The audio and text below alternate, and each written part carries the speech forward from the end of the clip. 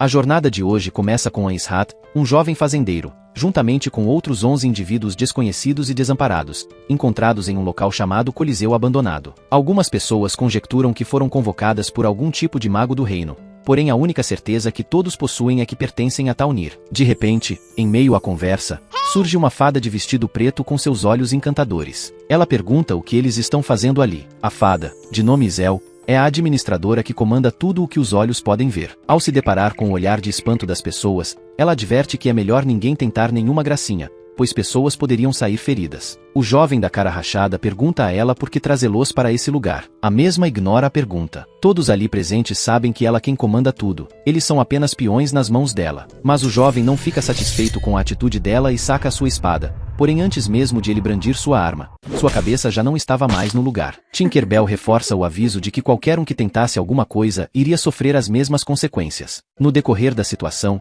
aparece uma mensagem do sistema pedindo para escolherem o herói. A pequena garota de asas fica aliviada ao ver que seu mestre começou finalmente a formar os grupos. O sistema inicia a abertura da fenda no tecido do espaço-tempo. Foi nesse momento que a fada diz que se o restante do pessoal não quisesse acabar como o falecido amigo, eles deveriam atravessar o portal. Apesar de o destino deles não parecer muito promissor ou convincente, nosso protagonista toma finalmente as rédeas da situação. Ele diz que se querem que eles subam essa torre, ao menos façam o mestre dela dar a eles algumas armas. Na realidade, eles são pessoas classificadas com somente uma estrela e subir essa torre sem armas é o mesmo que decretar o fim de cada um ali presente e, infelizmente, o único herói de 2 estrelas do grupo acabou perdendo a cabeça. Essa situação abriu margem para a garota ruiva perceber que o protagonista sabia de algo que todos ao redor não tinham o menor conhecimento. A fada morena abriu seu painel, com um menu de dicas para o mestre providenciar equipamentos para todos ali. A partir daí, percebemos que Anshat se encontrava em um jogo de celular. Um dos aldeões pergunta se An sabia de alguma coisa. O mesmo responde que faz muito tempo que esteve ali, então ele não tem tanta certeza. A ruiva fica ainda mais desconfiada de An. Por enquanto, o melhor a se fazer é ouvir o que o garoto emo diz. A partir desse ponto, todos se juntam para pegarem suas armas no armazém. Ao mesmo tempo, alguns haviam atravessado o portal. O sistema notifica que 4 dos aldeões haviam voltado para os braços da deusa e serão lembrados para sempre. Grupo 1 foi totalmente eliminado. A fada não vê outra escolha além de formar um grupo com os que restaram. Os participantes desse grupo são An, o protagonista, Jena, a ruiva, um velho anão, e mais 2 aldeões que provavelmente irão desaparecer tão rápido que não adianta citar o nome deles. Assim que eles atravessam o portal, são escalados para irem direto para a masmorra. E que paisagem maravilhosa, meu amigo. Pena que ela é composta por vários goblins prontos para saborear aldeões no café da manhã. E esse é o primeiro objetivo desse grupo. Mas infelizmente esse é um grupo desprovido da capacidade de enfrentar monstros e fugiram de medo, deixando para trás An e Jena. Felizmente, a fuga não deu um resultado bom, porque convenientemente eles estão presos em um jogo e todo jogo de RPG tem barreira durante um desafio de masmorra. O mais incrível dessa situação é que enquanto uns queriam fugir por suas vidas, o velho só queria usar o banheiro. A ruiva pergunta ao seu opa caso eles conseguem derrotar esses monstros, vão poder sair dali. Então, os 2 deixam os aldeões medrosos de lado e partem em busca da vitória. Assim como o nome do Manha é um jogo mobile lançado pela desenvolvedora Mobius, com o propósito de escalar uma torre de 100 andares enquanto coleta materiais e constrói uma base sólida, usando um conjunto de estratégias e táticas através dos andares. Nosso protagonista conhecido como An é um jogador desse jogo através do seu celular. Um dia ele encontrou um bug nível 999 gigantesco que fez ele perder todos os seus NPCs. O que aconteceu é que esse não era um bug qualquer. Aquilo era um convite obrigatório para dentro do jogo. Essa foi a história do nosso protagonista. Depois do convite ele foi parar em uma vila que também estava sendo atacada por goblins em um nível de realidade tão grande que não demorou muito para ele entender que isso não era um sonho. A sensação de ter tirado a vida de um monstro não era nada que poderia ser esquecido tão facilmente. Depois de algum tempo lutando, An finalmente conseguiu alcançar o Coliseu. Ao mesmo tempo, acontece uma invocação de mestre de 4 estrelas. No início, ele pensou que poderia ter invocado ela, mas não passava de vozes de sua cabeça, assim como tinha acontecido no início do Manha. Foi criado um grupo com o protagonista e a mestre espadachim, já que ela era de 4 estrelas. A diferença entre An e ela era tão distante quanto o Sol está da Lua. A realidade era ainda mais cruel. O sistema liberou a opção de síntese que seria sacrificar um herói para outro ficar mais forte. Todos nós sabemos quem era o mais fraco daquele lugar. O jogador tenta buscar ajuda com a fada. Era inútil e foi consequentemente jogado na câmara de síntese. Com uma estupenda ajuda do destino, na realidade ele não foi sintetizado e sim a heroína de 4 estrelas, pois normalmente o mais fraco é usado para fortalecer o mais forte e assim consecutivamente. Talvez esse seja um furo de roteiro? Ou quem sabe o poder do protagonismo. De volta ao presente, os goblins estão fazendo um grande churrasco com os aldeões medrosos. Ann e Jenna estão acabando com todos os monstros restantes. Durante a luta, o nosso protagonista leva um golpe de espada pelas costas. Ann não se importa sobre ele estar sangrando ou não. Tudo que ele queria era se vingar daquele bug de nível 999 que jogou ele nesse mundo, enquanto ele está dando um golpe de escudo no rosto do Goblin. Quando a luta finalmente havia se findado, o braço de Ann não estava mais lá. E ainda assim, ele considera esse jogo extremamente divertido. Pensando consigo mesmo, veja como sobrevivo até o fim. Estágio 1 finalizado, Jenna subiu de nível, e o protagonista foi o MVP da partida. Alguns dias depois, nosso herói está treinando no seu mais novo habitat. Com o pensamento em mente de que heróis de uma estrela são itens de descarte, ele treina arduamente para subir seu nível e não virar um pote de experiência para o próximo herói que aparecer. Independente do quanto ele treine, mesmo assim, ele é um herói de uma estrela. É muito mais difícil ele ficar mais forte que todos os outros. Como um bom protagonista, ele jamais aceitaria ser devorado pelo sistema, partindo para uma sequência de corridas, abdominais, treinos de espada e flexões, tudo para não ficar para trás. A garota ruiva, ao ver aquilo, decide se juntar, dizendo que seu pai também era caçador. Então ela tem algumas habilidades em disparar flechas, e não será um peso morto para ele. Ela sabe que ficar chorando no canto não irá alterar o destino nem a situação. Após a flecha acertar o alvo, o nosso emo questiona se essa foi sua primeira experiência em combate real. Ela responde que sim e reforça que não será um peso no arco.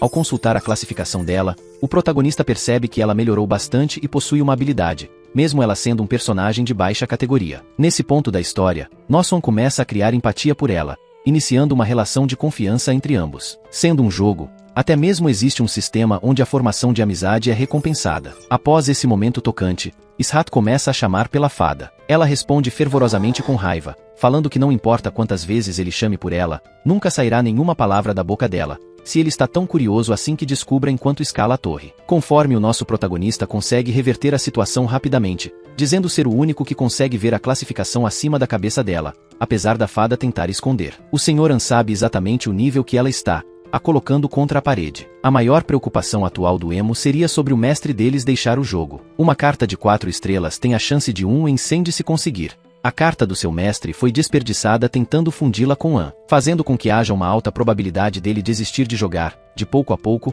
o jovem emo vai conseguindo tirar informações dela, como por exemplo, no mundo onde eles estão o tempo flui de maneira totalmente diferente da Terra. Essa situação deixa a fada Tinkerbell irritada. Para piorar a situação, ela não consegue fazer nada contra o protagonista. A mesma precisa seguir ordens. Como An não havia ameaçado ela nem tentado atacá-la, não existe a possibilidade dela mandá-lo para os braços da deusa. Ele começa a explicar para Jenna que tem uma existência chamada mestre. Ele pode dar as ordens através da fada Isel.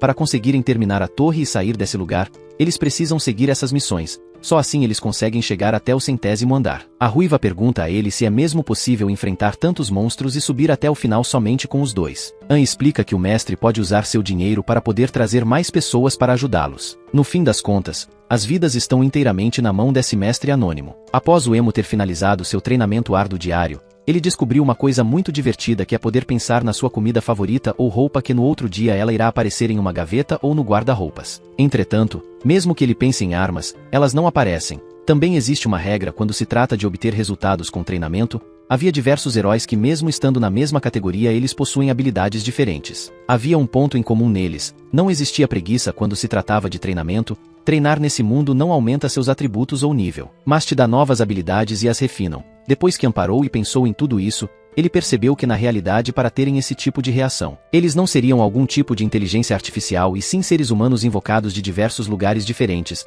Para ser um mestre habilidoso, o jogo categoriza suas principais habilidades em 3 categorias. Primeiro, habilidade mental. Um mestre de habilidade ignoraria qualquer tipo de aldeão que entrasse em pânico durante a batalha. Segunda categoria seria habilidade de rank. Heróis de rank alto são invocados com habilidades masterizadas, enquanto os de baixo ranking têm seus talentos escondidos esperando que seu mestre descubra de alguma forma. A terceira categoria seria porte físico, e é nesse ponto que nosso protagonista está trabalhando agora. Passados alguns dias, o mestre apareceu novamente, invocando novos heróis. A ruiva explicou rapidamente a situação. Alguns não quiseram entender de início e foram logo procurar confusão com a fada querendo ir embora. Provavelmente isso resultaria nos braços da deusa novamente. Felizmente os novos invocados estão vivos e prontos para a batalha na masmorra. Inicialmente a batalha começa com somente o An e Jenna motivados partindo para a luta, os outros 3 ficam atrás com medo. O nosso emo consegue atingir o lobo com uma estocada, destruindo o primeiro de muitos inimigos que foram caindo consecutivamente. Entretanto, surge um lobo com um ataque surpresa contra seu escudo.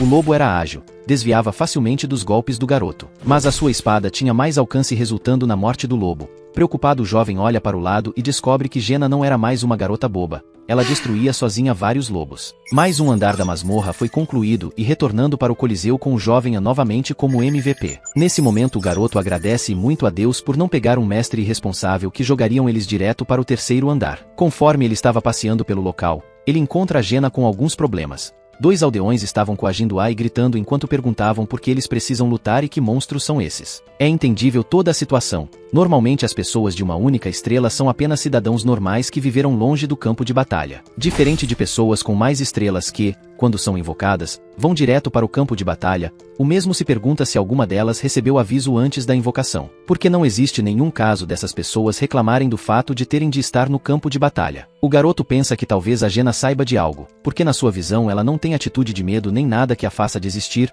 a mesma está tranquila com as lutas. Durante a linha de raciocínio do jovem, a ruiva pede a ele uma ajuda para convencer esses aldeões a se juntarem na batalha. O emo diz para ela não se preocupar, pessoas assim desaparecem rapidamente de qualquer jeito. Um dos aldeões veio até eles com bastante ódio, tentando obrigar que os mesmos respondessem às suas perguntas. An estava sem paciência e ignorou o velho. O velho o segurou pela camisa e Ishat lhe socou no rosto enquanto dizia que caras desprezíveis como o velho ficam brincando por aí e reclamando com todo mundo, enquanto os dois arriscam suas vidas na masmorra. E isso foi o suficiente para acalmar os ânimos. Por enquanto, o garoto voltou a treinar seu físico. A ruiva começou seu treinamento de pontaria. Os outros que não vieram para o campo de treino começaram a vagar pelo Coliseu procurando uma saída, mesmo que não houvesse nada para ser encontrado. Em determinado momento, An começa a treinar defesa contra as flechas da Jenna. Essa foi uma cena assustadoramente brilhante. Ao ser atingido por uma flecha, a garota ficou preocupada com ele. Felizmente, as leis da física não se aplicam nesse lugar. Ao retirar a flecha, o machucado some no mesmo instante. Os dois continuaram a treinar sem mais interrupções. Com isso, o garoto despertou a habilidade de proficiência com espada e escudo nível básico. Novamente chega o dia do mestre aparecer. Aparentemente,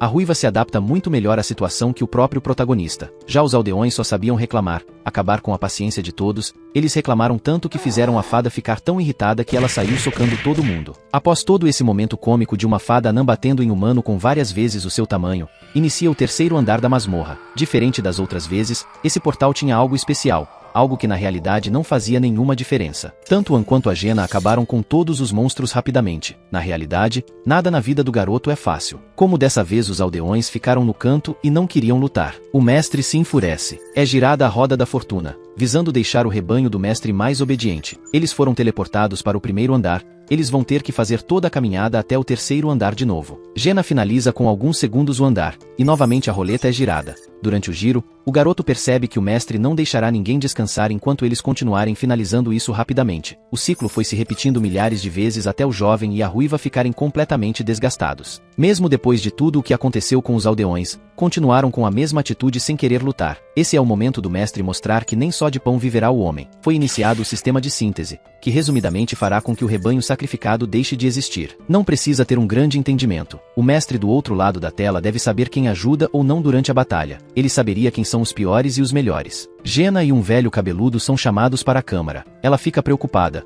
mas o garoto a acalma. O velho provavelmente pagará pelos seus pecados, por deixar 2 crianças lutando por ele enquanto olha sem fazer nada. E agora ele quer a ajuda do protagonista. Se ao menos o velho cabeludo fingisse lutar, a história poderia ser diferente. Como ele é só um aproveitador, o resultado foi uma habilidade nova para Jenna durante o sacrifício dele. O nome dessa habilidade é Olhos de Falcão. Os próximos a irem para a síntese são o velho sem cabelo e o loiro gigante. O Senhor Calvo começou a considerar essa como a solução para seu retorno ao lar. Embora pareça uma ideia insensata, é a melhor opção para alguém que possa ser sacrificado. Após a síntese ser concluída, restou apenas o jovem loiro. A sorte sorriu para ele. Não havia uma diferença substancial entre ele e os outros 2 sacrificados. A ruiva começa a ponderar que, se tornar dispensável, será provavelmente sacrificada. Infelizmente, isso faz parte de um jogo para o mestre. À medida que os andares avançam, se não conseguirem fortalecer-se o suficiente para lutar, é provável morrerem para os monstros ou sejam sintetizados pelo mestre. O rapaz a questiona, dizendo que, se ela deseja sobreviver,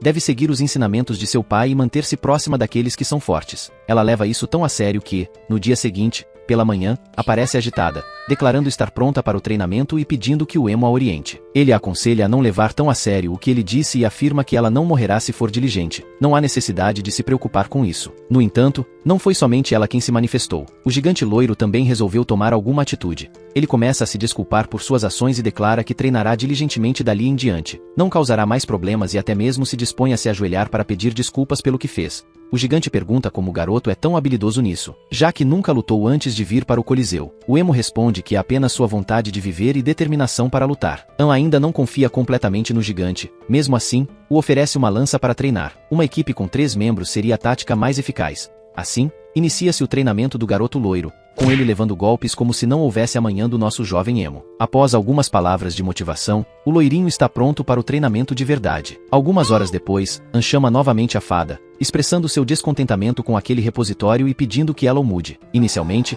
ela não aceita bem a situação e fica estressada com ele. No entanto, ao completar sua frase com "não era você que costumava dar dicas ao mestre", ela se acalma. Sendo uma administradora, ela poderia acessar a internet e interferir no sistema a qualquer momento. Ela responde que sim, ela pode entrar e navegar na internet a qualquer hora. Ou seja, as dicas que ela está enviando servem de base. Após o mestre Walter VR invocar equipamentos 10 vezes e liberar a função de instalação de treinamento e a forja, a fada fica assustada ao ver o quanto o garoto sabe do jogo. Ele responde que é um jogo muito popular. Além disso, no fórum do jogo havia um post de um jogador conhecido como Loki explicando tudo isso. A anã alada pergunta se ele realmente conhece o Loki. O garoto responde que sim, pois também era um usuário desse site e jogava o jogo. A fada olha para ele com desconfiança, pensando que o emo era apenas mais um jogador novato que não progrediu, e que ela conhecia Loki como mestre dos mestres, o deus do jogo, que com certeza seria o melhor do mundo se tivesse um herói de 7 estrelas. Mas o rapaz, com um sorriso no rosto, questiona por que ela gosta tanto do Loki, e a garota responde: foi ele quem fez o impossível ser possível. O Sr. Loki é um grande homem. Essa foi a maior reviravolta, pois a verdadeira identidade do protagonista é Loki, o melhor jogador do jogo. E inesperadamente ela muda de uma atitude ranzinza para uma fã ávida por seu ídolo, desejando desesperadamente um autógrafo dele e se arrependendo amargamente de tê-lo tratado mal e dito coisas estranhas antes. O garoto tinha um palácio gigante em sua conta. A fada fica desesperada ao não saber o que acontecerá com sua conta e com o Coliseu sem ele para administrar. Eles começam a tirar dúvidas sobre o jogo se tem mais mestres. Provavelmente não tem tanta relevância assim na obra, mas darei um breve resumo. Existem mais mestres. Todos os heróis invocados são humanos, e todos os outros coliseus estão praticamente idênticos. E infelizmente a fada não tem autoridade suficiente para ajudar An. Jena está treinando o novato. Embora a ruiva seja especialista em arco e flecha, ela colocou o novato para dormir usando adagas com seu incrível talento de velocidade de aprendizado. Após Isel ter se tornado sua subordinada, o garoto pediu para ela abrir o armazém e retirou alguns materiais indo direto para a forja que também foi aberta por ela. A Tinker fica bem ansiosa ao tentar descobrir o que ele fará. O garoto supera todas as expectativas já que as instalações desse lugar são insuficientes para fazer alguma coisa. Ele escolhe a forma manual de fazer, porque quanto maior a dificuldade, maior a recompensa. A forja é um mini-jogo que poucos mestres faziam porque é muito difícil, mas as recompensas são equivalentes à dificuldade imposta. Com a ajuda do seu conhecimento de quando ainda era um jogador que controlava o jogo pelo celular, ele usou uma técnica secreta chamada Mão de Deus, a lendária Mil Mãos, criando uma espada longa bem forjada de rank C. Aproveitando a sua própria habilidade, ele também forjou alguns arcos e um escudo, facilitando consideravelmente bem o quarto andar. Depois de todo esse tempo, finalmente aparece um monstro novo. Nada de lobos e goblins agora. O garoto An, a ruiva Jena e o loiro Aron estão enfrentando arpias. Aron ainda é um garotinho que ficou amedrontado ao enfrentar um inimigo diferente. A ruiva vendo aquilo deu um tapa em seu rosto para ele voltar à realidade, estabilizando o mental do guri. Depois da derrota dos monstros, o mestre também adicionou Aron aos favoritos junto ao protagonista e a ruiva. O garoto se lembrou da sua primeira subordinada quando a Jena estava falando que seus subordinados melhoraram, e é perceptível que o jovem sente muita falta dela. Nesse ponto, a obra nos mostra o que está acontecendo no antigo coliseu do garoto. A mesma que ele considerava sua primeira subordinada está se despedindo dos seus amigos para sair em busca de An. No coliseu atual, algumas das instalações foram melhoradas como dormitório aumentando a capacidade de aldeões, cafeteria melhorando o alimento e o campo de treinamento aumentando a efetividade dos treinos. Simplificando a situação, quanto mais andares eles limparem, melhor ficará o coliseu onde vivem. Isel estava bem animada porque o mestre desse coliseu havia comprado um pacote de gemas de $149. Afinal, ele começou a usar seu dinheiro para invocar cada vez mais heróis. Dessa vez, ele invocou bastante gente para o coliseu. Em pouco tempo, a fada estava dividindo as profissões dos novos invocados. Devido à atualização do coliseu, agora existem novas funções a serem preenchidas, então nem todos ali precisam virar combatentes. E infelizmente para aqueles que não tiverem nenhuma especialidade, não lhes restam escolhas além de treinar o próprio corpo para poder lutar. O mestre do Coliseu começou a classificar os heróis, os mandando para a masmorra no primeiro andar. Aqueles que vão para os braços da deusa não são classificados para o grupo. Aron não fica tão feliz ao saber que vários dos lutadores estão deixando essa vida e se candidatando para fazer parte de um dos grupos para entrar também, depois de alguns avisos do emo. Aron entra no portal acompanhando os iniciantes lá dentro. Provavelmente ele os ensinou a lutar. Nenhum dos aldeões morreu na masmorra, mesmo com o garoto loiro só matando um goblin. Na cantina, o emo descobre que um velho cabeludo havia mentido sobre sua profissão. O mesmo não sabia fazer nada com as batatas mesmo tendo todos os tipos de temperos. O jovem nomeou rapidamente a garota dos olhos azuis para ser cozinheira, e disse ao velho que se ele mentisse de novo para poder escapar da responsabilidade de lutar fingindo ter outra profissão ele iria virar síntese de outro aldeão. Depois de uma conversa com seu trio de amigos, a Ruivinha começa a dizer a todos ali que nunca havia lutado antes e mesmo assim está dando o seu melhor, e que a saída mais fácil daquele lugar é todos trabalharem juntos em busca de um resultado melhor. No próximo dia no campo de treinamento, apenas 3 pessoas apareceram. A maioria não quer ao menos pegar na espada, eles só querem se esconder em algum lugar. Agora, com 3 novos membros, An começou a ensiná-los como se luta. A partir do método apanhou, aprendeu. Não foi só isso que aconteceu. O garoto também aumentou bastante seu nível com a ruiva e o novato. Eles contra os novos aldeões que chegaram. Era praticamente uma luta entre crianças e adultos, enquanto os 3 novos jovens, cada um deles obteve a habilidade de esgrima nível 1. Conforme o tempo foi passando, chegaram cada vez mais pessoas. Aron e o trio de novatos cuidaram de tudo. E esse foi o único teste em que morreu somente uma pessoa. Bastante tempo se passou e ainda assim eles não fizeram o 5º andar. Os membros restantes do grupo ainda não foram decididos, e para piorar, o 5º andar é onde fica o chefe. A dificuldade é bem mais elevada que o resto dos andares, que resumidamente, a cada 5 andares, existe um chefe diferente. Existe a chance de que, mesmo com toda a experiência que o garoto tem, não consiga fazer absolutamente nada contra o primeiro chefe do 5º andar. O jovem sabe o quão desesperador é, e ele não queria deixar sua amiga preocupada ocultando essa informação. Novamente se inicia a masmorra do 4º andar para treinar os novatos, lobos, goblins e arpias contra 2 escudeiros e Aron com sua lança para dar apoio. Os novatos conseguiram se sair bem contra os monstros, deixando o mestre animado a ponto de ficar cada vez mais online em sua conta. Isso resultou em um novo ferreiro e um curtidor, ganhando uma oficina para facilitar um pouco mais a vida dos aldeões. Desta forma, a equipe principal ficou completamente caracterizada para a caçada. Infelizmente, os aldeões que não performaram bem durante todo esse tempo foram sintetizados, dentre eles, o cozinheiro mentiroso. Alguns dos membros do grupo principal estão impacientes querendo tentar o 5º andar logo, mal sabem eles que o chefão os aguarda. Ao adentrar o 5º andar, eles percebem a cidade vazia com alguns cadáveres sem nenhum monstro ou inseto para matar. Ainda assim, nosso protagonista não relaxa e chama seu grupo para o centro da cidade para entender o que está acontecendo. Ao subir a torre mais alta, a ruiva vê quase 2000 goblins vindo diretamente para a cidade. Mesmo em uma cidade gigantesca, o único lugar onde dá para eles se esconderem por enquanto, é uma casa velha e totalmente quebrada. E assim cada um deles cuidou de uma rua, enquanto a Jena ficou parada e pedido do garoto, porque, infelizmente, as flechas são limitadas. O grupo começou a lutar em turnos para poder economizar o máximo de energia. Enquanto jovem, seus subordinados ainda estavam construindo as barreiras, um dos monstros apareceu antes do tempo previsto e acabou encontrando um grupo do protagonista antes mesmo das barreiras serem construídas. Então o jovem rapidamente mata esse lobo e fala para todo o seu grupo começar a usar os cadáveres dos monstros como uma barreira de corpos. A situação ficava cada vez mais tensa com o número absurdo de monstros invadindo aquele local. Era muito difícil construir uma barreira na frente, mesmo usando os corpos no chão. O ataque não parava. Ficava cada vez mais tenso, pensar e trocar ou descansar já não fazia mais sentido. Aron até grita para An: temos que aguentar isso tudo por só 10 minutos? Mesmo faltando mais de 20 minutos para poder acalmar um pouco mais o grupo que estava na luta, o protagonista mente dizendo que sim,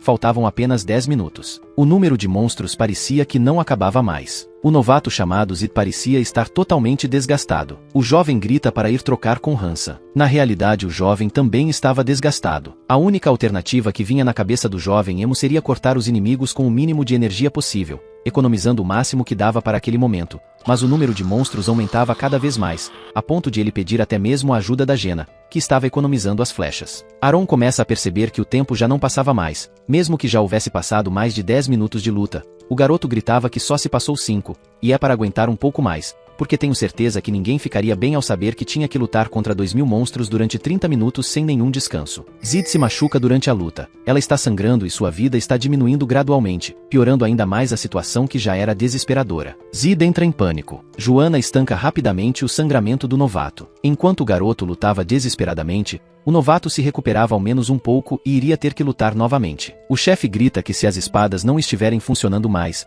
atire neles, use o escudo, arrume uma forma de poder matar esses monstros. Em meio à batalha, Zid toma uma estocada de espada no estômago. Infelizmente já era tarde demais. O novato entra em um estado mórbido. Sua vida está em risco. Jenna finaliza o monstro que havia atacado o novato. E ainda faltam mais 30 segundos para tudo acabar, mas já era tarde demais. Zid retorna aos braços da deusa. As habilidades de todos começaram a despertar, mas isso não significa nada pois de que adianta ter tantas habilidades se no final todos morrerem? O segundo novato também é atacado. Ele está sangrando. Hansan também retornou para os braços da deusa. O chefe ordena para Jenna escalar o muro atrás deles. O garoto pula e agarra o muro facilmente. Ao tentar puxar o loiro, ele é atingido por uma espada e fica preso no muro, enquanto a ruiva segura sua mão. O chefe pula de volta no chão e corta a perna de Aron. Assim o gigante loiro entra em um estado crítico. Também estão gradualmente perdendo suas vidas, e os monstros não param. Começam a se empilhar uns sobre os outros para alcançar onde está o protagonista. Jenna e Aron estão à beira da morte. Tentam com todas as forças empurrar os monstros para baixo. Durante esse impasse o garoto é apunhalado em seu estômago. O monstro arranca sua arma do estômago do chefe e cai ao chão. Jenna também se machuca. Nosso protagonista entra em desespero, gritando que isso não é justo. Por que isso é tão difícil? Isso nunca teria acontecido na Terra. Por que ela tem que passar por tudo isso? Ele foca em seu próprio ódio, mudando totalmente sua aparência para uma forma macabra, enquanto destrói todos os monstros ao redor. An despertou sua verdadeira habilidade, o modo Berserk. Pouco a pouco ele estava virando essa batalha ao seu favor. O tempo acaba. Eles aguentaram os 30 minutos. Felizmente os 3 personagens principais saem vivos dessa. Finalmente conseguem voltar da masmorra do 5º andar. O terceiro novato os recebe e pergunta se Zid e Hansan continuam vivos. Mas o chefe responde que eles morreram. Ele não quer saber de nada por enquanto. Ele só quer deitar e descansar. Durante esse tempo o garoto pensa sobre habilidades. Ele possui a compostura. Então, ganhou a habilidade de Berserk, que são totalmente opostas uma da outra. A compostura faz a pessoa ter uma sanidade acima da média, mas se livra de toda a lógica e sanidade em troca de mais poder. Então na cabeça dele esse fato é um erro. No outro dia, já com os ânimos renovados, Jenna está treinando arduamente no campo de treinamento. O chefe ainda acha estranho a ruiva sempre chegar muito tempo depois dele. Ela conseguiu ganhar várias habilidades naquela luta comparado ao Aron, que mesmo se esforçando, não chegou à beira da morte. Ele não conseguiu ganhar nada além de sofrimento. O garoto emo está próximo do nível máximo que ele poderia alcançar.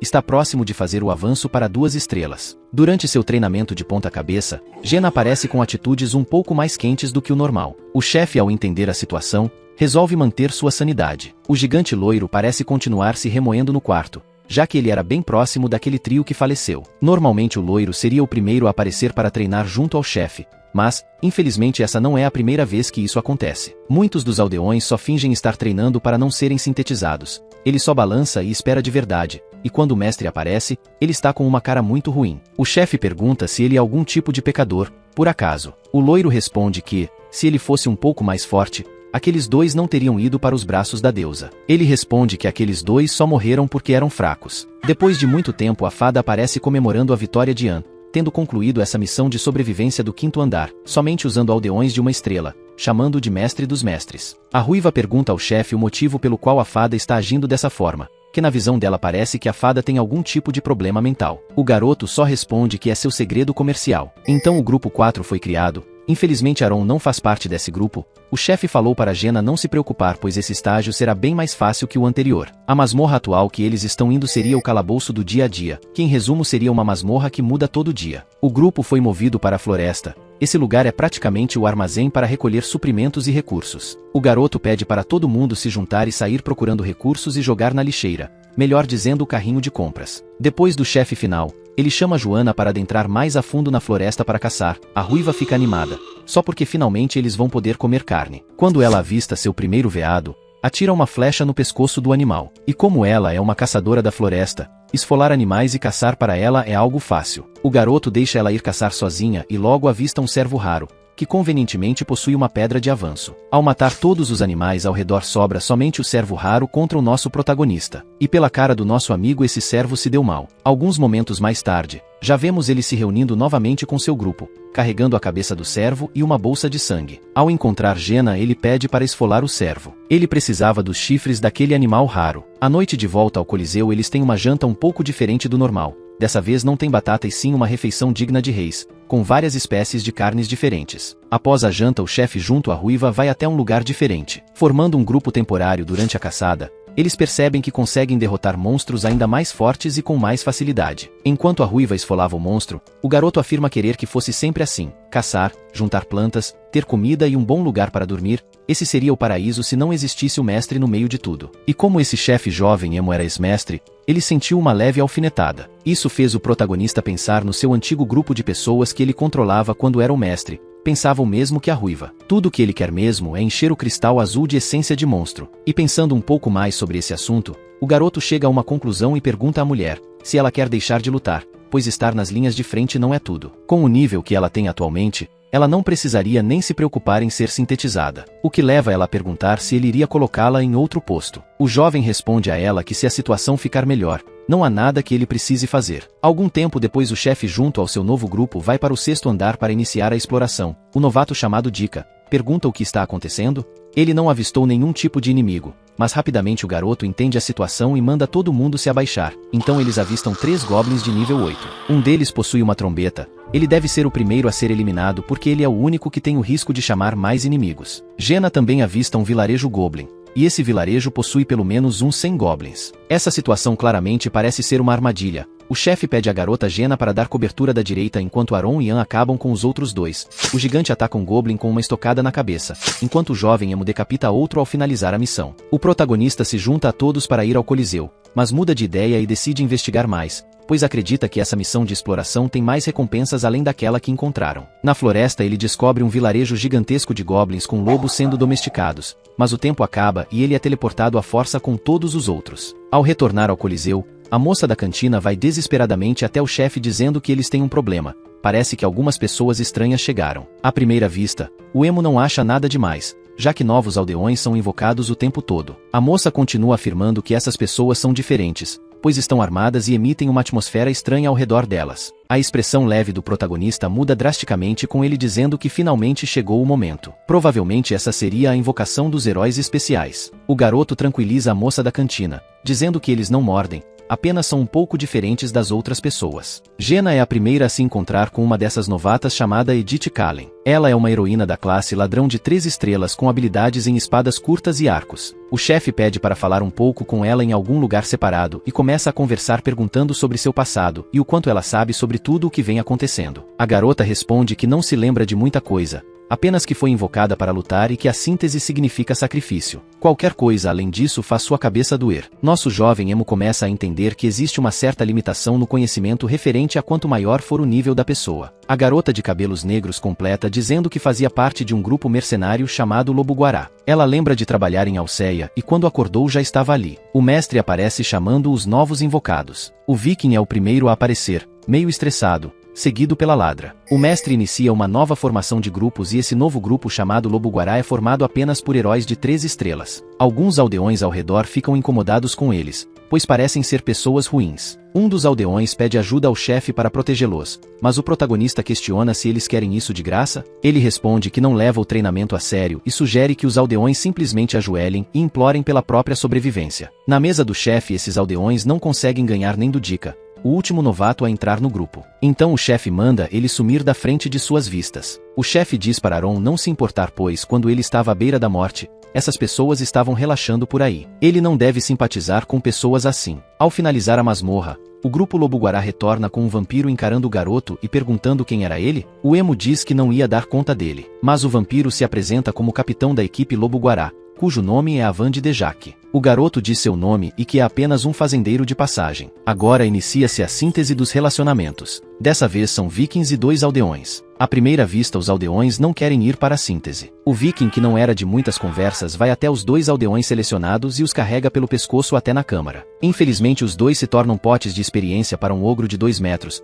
Jena não concorda com essa atitude mesmo que o ogro tenha subido de nível, essa não é uma atitude muito respeitosa. Infelizmente não acabou por aí. Os demais heróis de 3 estrelas menos a Ladra começaram a atacar os aldeões para poder arrastá-los para a câmara. O chefe não achou tão legal essa atitude e resolveu mudar um pouco como funcionam as coisas, fazendo mandar uma dica para o mestre. E essa dica seria: mesmo que o herói seja de uma estrela, não significa que ele não tenha nenhuma prioridade. Os heróis devem ser julgados e testados separadamente ao invés de usá-los imprudentemente para fazer a síntese, sugerindo para que ele tenha algum tempo para observá-los. O vampiro, que não gostou muito da interrupção que o garoto fez, tenta intimidá-lo de alguma forma. Quando veio para acertar o seu machado no protagonista, uma flecha veio dos céus, quase depilando por completo a sua barba. E essa flecha foi disparada por Jena. O vampiro não ficou muito feliz com essa situação. Ele não gostou que a Jena interrompeu o ataque dele no garoto. Então gritou pela sua tropa de esqueletos. Todos começaram a expressar gratidão ao chefe pela conquista de acabar com o grupo que representava uma ameaça aos aldeões, mas na verdade o protagonista não fez isso por nenhum deles.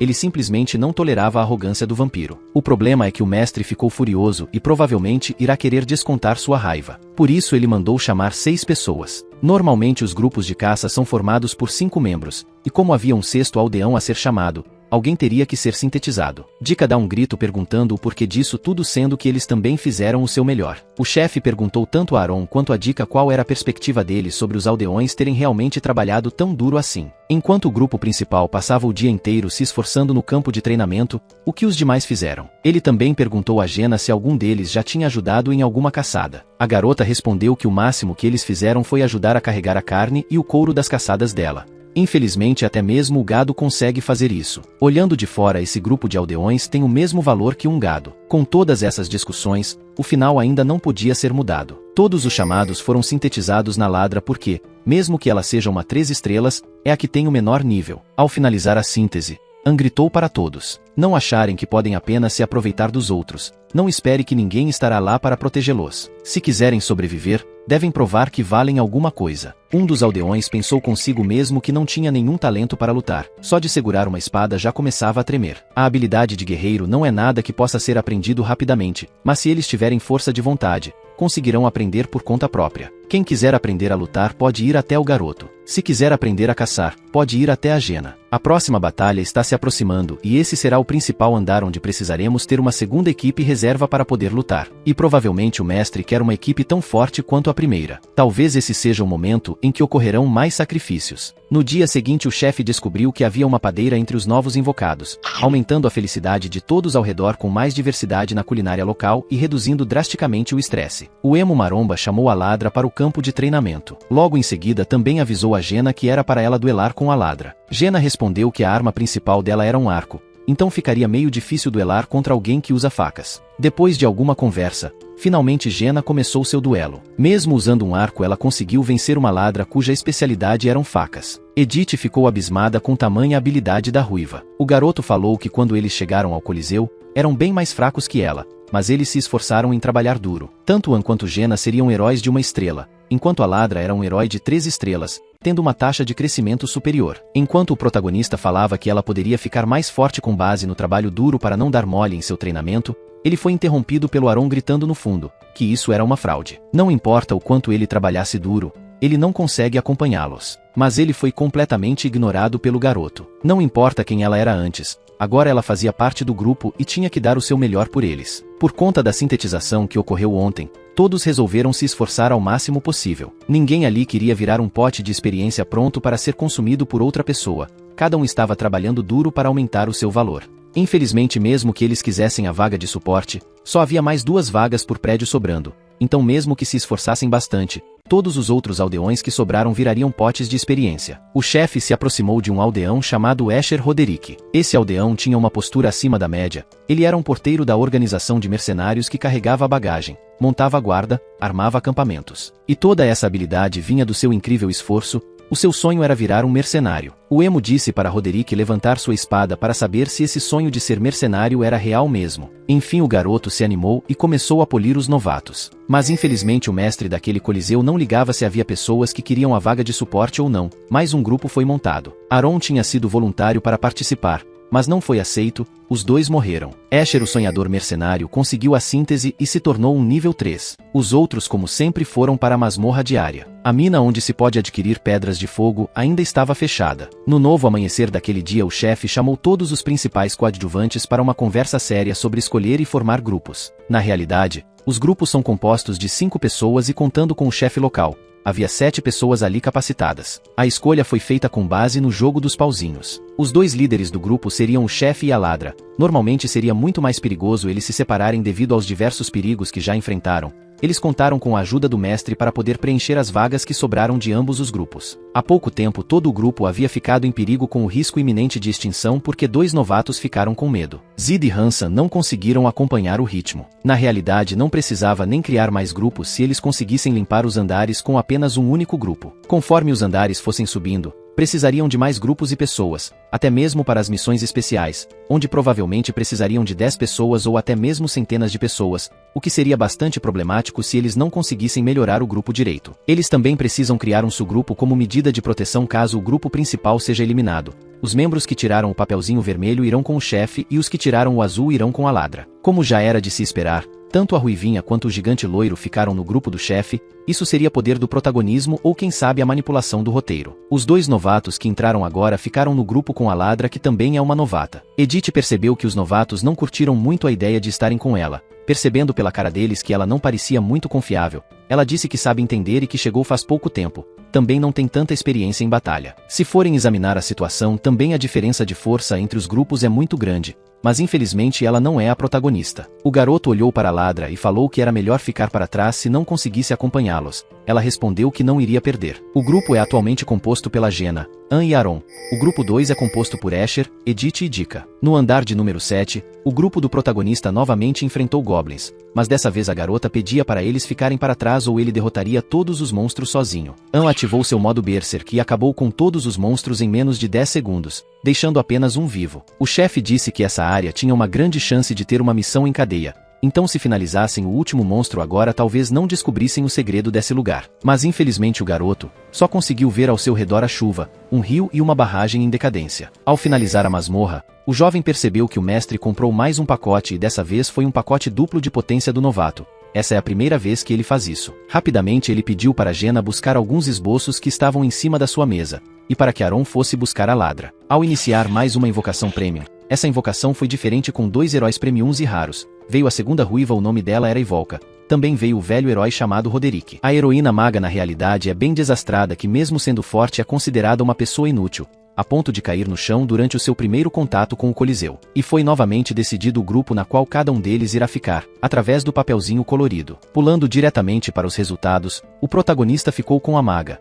e a ladra ficou com o herói da espada. Claro que ambos não ficaram muito felizes por serem tratados como objetos. Infelizmente, ali tudo e todos são considerados objetos de descarte. Se não se esforçarem o suficiente, todos vão se tornar iguais a um aldeão. O garoto pergunta à maga que tipo de feitiço ela pode usar. Ela retruca perguntando por que ele está questionando isso. O protagonista, que já não está tão calmo assim, a pressiona perguntando se ela vai lutar ou não. Ela responde dizendo ser ruim ter que lutar em um lugar desconhecido sem saber o motivo. Se ela precisar de um motivo para lutar, ela vai acabar como aquele cara que ela acabou de comer. Então o protagonista pergunta que tipo de magia ela consegue usar. Era meio que explícito pela cor da roupa dela que ela só pode usar feitiço de fogo até o 3º nível. Além das magias de fogo, ela não consegue fazer mais nada, nem mesmo usar algum tipo de magia de suporte. Infelizmente dessa vez o nosso protagonista fez uma escolha horrível. O garoto já está imaginando as dificuldades que enfrentará com ela. Agora finalmente o grupo do chefe irá adentrar a masmorra. Eles estavam preparados para enfrentar o 4º andar para testar os novos poderes da maga, mas no último instante o mestre mudou para o 8º andar. Esta masmorra já começa frenética com arpões sendo disparados à distância, quase mandando a maga para os braços da deusa. No último segundo o garoto consegue salvá-la. Um enorme grupo de goblins apareceu e esses eram bem mais fortes que os normais. São quase como uma cavalaria completa. Enquanto o garoto e o loiro lutavam desesperadamente, a maga estava pedindo tempo para poder canalizar o feitiço. A situação dele já era ruim, mas poderia piorar. A desastrada não consegue fazer nenhum escudo de magia, muito menos manter a magia em movimento. Mais alguns segundos e a maga teria virado churrasco. Sorte que o protagonista apareceu para salvá-la. E ela ainda reclama dele por chamá-la de desprovida de inteligência. Enquanto todos corriam para a floresta por suas vidas, a maga continua a reclamar do porquê o garoto estava tratando ela tão mal. Ele grita que é esse o tratamento merecido para pessoas que não conseguem fazer nada sozinhas e dá um chute na bunda dela. Após todos entrarem na floresta, o emo ativa seu modo Berserk. Para piorar, é a segunda vez que ele ativa esse modo hoje, então ele não está com tanta energia assim. Os monstros dessa vez são mais inteligentes. Eles estão usando a tática de bater e correr, mas o nosso protagonista não é ninguém que nasceu ontem. Ele entende essa técnica e resolve acabar com a mobilidade deles matando todos os lobos. Infelizmente não seria tão fácil assim. Ele levou uma chifrada nas costas, desativando completamente o seu modo Berserk. O monstro já estava para finalizá-lo com sua lança, mas no último segundo ele consegue se virar e contra-atacar com uma estocada de espada. Enquanto ele estava sofrendo sozinho, a maga começou finalmente a conjurar algum feitiço de fogo. O garoto começou a juntar todos os monstros ao redor para aumentar a área de impacto do fogo. E finalmente a maga solta sua magia de incêndio. Um cenário como se fosse uma faxineira piromaníaca. Alguns deles ainda permanecem vivos. Jenna e Aron finalmente entram em ação e assim começa a batalha contra o restante dos monstros. Eles até ousam agir com arrogância, falando que caso o chefe fique cansado, ele pode trocar com algum deles que será protegido. Jenna guarda seu arco e começa a usar facas para destruir o inimigo como se não houvesse dificuldade. Novamente a maga de fogo ativa a solubilidade. Dessa vez é um feitiço chamado Flamejar Pilar de Fogo que quase derrubou a floresta inteira. E por pouco o chefe também iria para os braços da deusa. Realmente a maga é uma forte adição para o grupo, mas infelizmente ela usa mana demais em cada feitiço. Isso facilmente pode custar sua vida. Para piorar a situação, não precisa ficar um minuto inteiro canalizando magia para poder soltar o feitiço, enquanto seu grupo precisa se virar de alguma forma para protegê-la. O laboratório de pesquisa mágica foi concluído. A função pesquisa foi desbloqueada. O laboratório de alquimia foi concluído. Diferentes tipos de síntese estão disponíveis agora. A biblioteca foi concluída. Os magos agora podem aprender e refinar seu conhecimento. O salão mágico foi finalizado. Atualmente a maga vive reclamando do porquê uma pessoa tão valiosa como ela tem que fazer um treinamento físico que seria um treinamento infernal na visão que ela tem. Ela disse ser alguém que usa a cabeça. O protagonista responde que esse cara não queria só comer. A carne é somente para aqueles que se esforçam. O garoto ensina ela aqui no campo de batalha que a estamina é essencial. Espadas e lanças estão direcionadas para ela o tempo inteiro. Durante a noite o protagonista adentra o salão mágico de nível 1. Esse salão está lotado de livros, mas ele não consegue ler nenhum deles. Ainda assim ele vai começar criando uma poção, porque na época que ele era o mestre, ele passou bastante tempo jogando esses minigames de criar poção, então provavelmente ele tem alguma experiência nisso. E facilmente ele conseguiu criar várias poções. O chefe chega para Jenna e Aron e conta que o grupo deles agora oficialmente possui um mago de fogo. Então ele trouxe até eles um braseiro e pediu para eles olharem bem o que ele iria fazer. Se a maga controlar as chamas, eles precisam se acostumar com fogo. E a melhor forma de se acostumar com fogo é sendo queimado. E sim, essa é a primeira vez que vejo alguém colocar a mão no fogo por alguém. Ele aguentou 10 segundos com a mão em um braseiro fervendo. Eles precisaram adquirir a habilidade de resistência ao fogo, ou provavelmente a maga nunca conseguirá lutar com todas as suas forças. Quando Aron estava próximo a colocar a mão dele no braseiro, o protagonista para ele e diz para ele fazer isso em um lugar que ninguém possa ver, pois ele não tem nenhum tipo de fetiche em ver pessoas gritando de dor. O que ele fez ali foi só uma demonstração. Ao mesmo tempo, o garoto puxa uma faca do bolso e crava em sua própria mão e fala para eles que eles não precisam querer só a resistência ao fogo, e sim também a resistência à dor. O fogo não só queima, ele também dói. Mas atualmente o treinamento para a Ruivinha agora é outro, que seria a comutação, a habilidade de poder trocar rapidamente do arco para a faca para poder lutar tanto em longa distância quanto em curtas. Mesmo que a Ruiva não goste disso, ela precisa aprender, pois a tática do grupo atual é praticamente um Tower Defense, proteger a maga enquanto ela usa suas magias. Depois do garoto se despedir dos seus companheiros, ele treina sua resistência ao fogo sozinho. Ao iniciar mais um dia, o garoto vai diretamente falar com a maga sobre o aprendizado que ela precisa fazer para diminuir a capacidade ofensiva,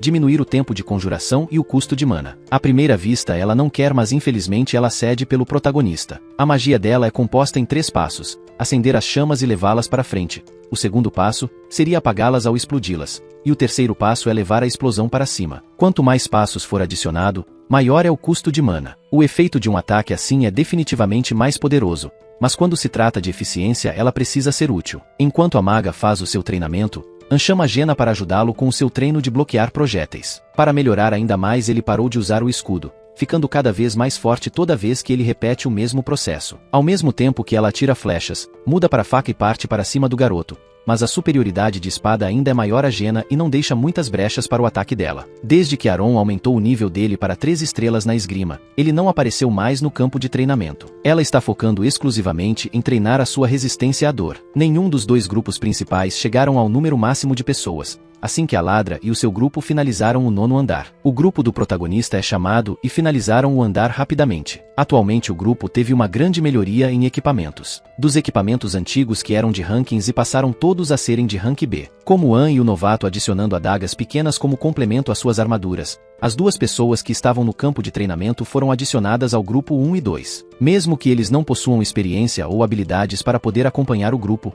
não há o que fazer. Existe um número mínimo para poder dar entrada na masmorra. Assim finalmente o 10º andar se inicia. Agora finalmente entram no 10º andar. O protagonista encontra um homem chorando enquanto indagava que todos irão morrer. Eles não podem vencer, mulheres e crianças também irão. Ninguém sobreviverá. Mas o garoto tenta ajudar a entender a situação. Ele começa chutando o cara que está chorando. Olha ao redor. O garoto percebe que a cidade em ruínas que ele enfrentou no 5º andar com mais de 100 goblins. É essa a mesma cidade, só que essa ainda não ruiu. Mesmo que a linha temporal dessa cidade seja meio estranha. Primeiro eles viram a cidade em ruínas. Agora viram ela inteira. Eles não precisam se preocupar com isso nesse momento. O importante mesmo é terminar a missão e sair vivo. Já que a missão ainda não começou, agora seria a melhor hora que tem para adquirir informações. O chefe espalhou a todos e disse que eles têm 5 minutos para analisarem a área o quanto conseguir e reportar o que viram. Ele disse que todos ali têm que voltar em 5 minutos. Se não conseguirem voltar a tempo, o chefe vai sem eles, é pouco tempo. O garoto descobriu que existem mais de 2.000 goblins ao norte, 900 goblins ao leste, e apenas 353 soldados humanos, sem nenhum tipo de cerco para ajudar. A diferença é praticamente de 10 para 1. Ele disse que qualquer um pode dizer que essa situação é sem esperança só de olhar. Se for uma missão de sobrevivência, eles vão conseguir concluí-la muito mais facilmente. Mas a gente tem vários NPCs que dá para usar como isca, e para completar, eles têm uma maga que dá dano em área. Quando An estava para anunciar que tipo de missão seria, apareceram 3 avisos na tela. Isso significa que seria uma missão de alta dificuldade. A missão do 10º andar seria defesa de objetivo, eles devem impedir a cidade de cair em ruínas. Essa seria a pior situação possível. Com os 350 NPCs, eles têm no máximo 360 pessoas para se defender de milhares de goblins. A evacuação está ocorrendo no centro da cidade, enquanto os portões leste e norte estão sendo atacados por goblins. Não existem portões no sul ou oeste, então parece não haver uma rota de fuga. Se os muros externos caíram, é provável que todas as pessoas morram. Então infelizmente eles não podem nem deixar a cidade e atacar pelos flancos,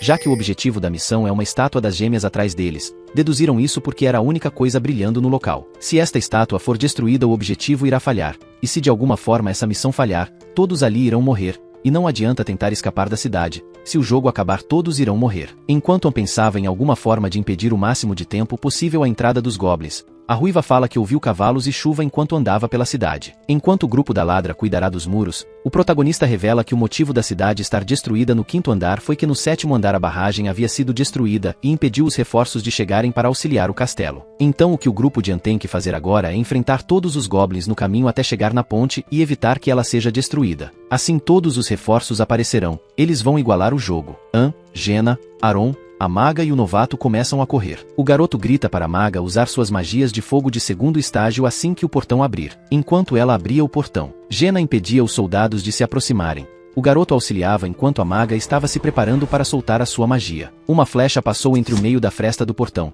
mas o nosso menino de ouro conseguiu pará-la antes que acertasse a maga, e ainda atirou a flecha de volta com suas próprias mãos. O portão abriu finalmente com a nossa maga de fogo chamuscando todos os inimigos. É quase como um pedaço de carne sendo flambado em uma frigideira. Após passar o portão, ele se fecha. O único caminho que eles têm para seguir é para frente. Enquanto a maga se prepara novamente, o protagonista, o loirinho e a Jaina começam o ataque. Mas infelizmente por conta da chuva a barricada de fogo some rapidamente, e a maga tem que continuar renovando ela sem parar. Eles estão avançando e destruindo monstros por monstros. O nosso protagonista é um verdadeiro Goblin Slayer e a nossa maga piromaníaca não deixa a desejar. E por mais que os dois pareçam estar bem, eles não vão durar por muito tempo. Eles estão cercados por um cenário de fogo, então não há muito oxigênio. Por mais que a resistência ao fogo te dá tolerância à dor, ela não te dá a imunidade. Um grupo se reúne enquanto avança para que a maga termine a sua magia e faça estrago no campo de batalha, para que Jenna possa finalizar o Goblin com decoração com uma flecha que faz curva. Já que se o comandante dos Goblins cair,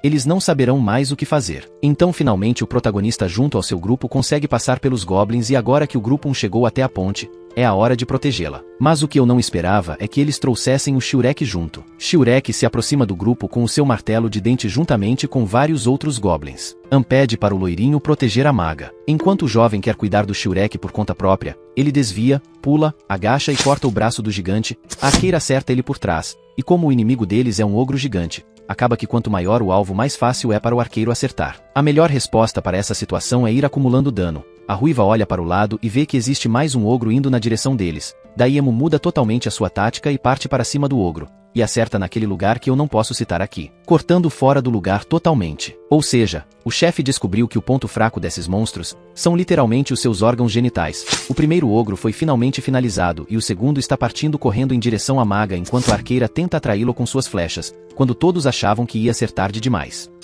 E eles conseguem finalizar o segundo ogro ou quase, porque ele voltou de dentro do rio com bastante sede de sangue, mas ainda assim o ogro conseguiu destruir a ponte, a barragem foi destruída, 350 soldados vão ter que defender contra 3.000 goblins por conta própria. Ao ver que a ponte havia quebrado, nosso protagonista ficou sem saber o que fazer, tentando pensar em um plano B. Mas não havia nada que conseguiria corrigir isso. Por incrível que pareça, a maga de fogo tinha uma magia de levitar pedras do chão e colocar no meio da ponte para recuperar a barragem. An não sabe se fica feliz ou se xinga ela por não contar que sabia fazer isso antes. Infelizmente a guerra não acabou por aí. Mesmo com ela resolvendo esse problema, os Goblins agora estão voltando em direção a eles. Estão chamando a horda de volta. Ela estava derrubando vários, mas é muito difícil lutar contra mais de 2.000 deles. An pede para a maga tomar o resto das poções. Mas o monstro era mais rápido e pulou diretamente na direção dela. O Goblin estava para acertá-la quando os reforços apareceram. Os cavaleiros da cavalaria do Leão de Ferro chegaram, destruindo todos os Goblins rapidamente. Aproximadamente 500 guerreiros, mesmo em menor número, pareciam ser muito mais fortes que os guardas da cidade. O garoto pede para o mestre comprar a habilidade de hipismo, e o mestre aceita. Assim que ganha a estabilidade sob o cavalo, começa a cavalgar para poder auxiliar na batalha. Agora que a batalha está equilibrada, é extremamente possível começar o contra-ataque. Os cavaleiros se juntam em direção ao flanco, destruindo toda a resistência. Mas não seria tão fácil assim. Uma missão nunca acabaria desse jeito. Então nosso protagonista pensa que pode haver alguma emboscada preparada em alguma direção. Ele virá para o norte e encontra vários soldados goblins esperando. Assim eles têm que enfrentar 229 goblins e 23 ogros. Ele pede à maga para usar sua magia para queimar a floresta inteira. Essa seria a melhor alternativa. Em vez de lutar contra monstros, era destruí-los, derrubando os goblins que tentam subir as escadas. Quando ele estava para levar um golpe fatal, a ladra aparece para ajudar e os cavaleiros do Leão de Ferro continuam avançando sem parar, destruindo os inimigos. Assim, a maga acaba finalmente de incendiar a floresta. A defesa da cidade continuará a partir de agora. A cavalaria era forte, mesmo em desvantagem avassaladora em termos de números. As habilidades deles superaram essa diferença. Com isso a missão finalmente teve seu final. Vários de seus cidadãos gritavam glória à deusa. Um dos invocados morreu nessa missão. Eles estavam mais fortes, mais corajosos, mais pensativos, diferentes do quinto andar. Mas parecia que uma coisa não estava certa. A missão já não deveria ter sido finalizada, porque todos continuam ali, ninguém foi teleportado com todos os monstros, mas a mensagem de missão concluída ainda não apareceu. Algo diferente está surgindo. A fase está carregando novamente, todos os inimigos estão sendo restaurados. Havia ocorrido um erro no servidor. O garoto tinha sido desconectado. De repente o protagonista ouve uma voz atrás dele dizendo para ele olhar para trás. Esse era o bug de nível 999. O ser é quebrado e horrível. Ele foi quem o teleportou para esse mundo. O bug é absurdamente forte. Mesmo com os heróis de 7 estrelas sendo os mais fortes que existem, o nível limite do jogo é 99 e o bug por ser nível 999 é algo surreal. Do lado dele ainda tinha um sacerdote das trevas nível 15 sem classificação de estrelas que fala diretamente ao protagonista que estará esperando por ele. Quando o servidor havia se reconectado, An recupera sua consciência. Ela grita para agir o mais rápido possível com seu cavalo até o castelo. A batalha ainda não havia chegado ao fim quando um monstro de origem desconhecida nos níveis inferiores emergiu. Sua habilidade peculiar residia na capacidade de ressuscitar cadáveres. Os seres agora transformados em mortos-vivos persistem em seus ataques implacáveis até que suas cabeças fossem aniquiladas. Essa reviravolta na trama adicionou um novo elemento, mesclando a narrativa de Sword Art Online com a atmosfera tensa de The Walking Dead, a batalha contra zumbis. O protagonista passa a responsabilidade da maga para Jenna, afirmando que eles seriam capazes de se abrigar e selar os portões, resistindo bravamente até seu retorno. Ele confia em sua habilidade de enfrentar sozinho mais de 2000 zumbis. Como ele conseguirá tal feito? A resposta será desvendada somente se você deixar o seu like neste vídeo e aguardar ansiosamente pela parte 2. Nos vemos na próxima. Tchau, tchau.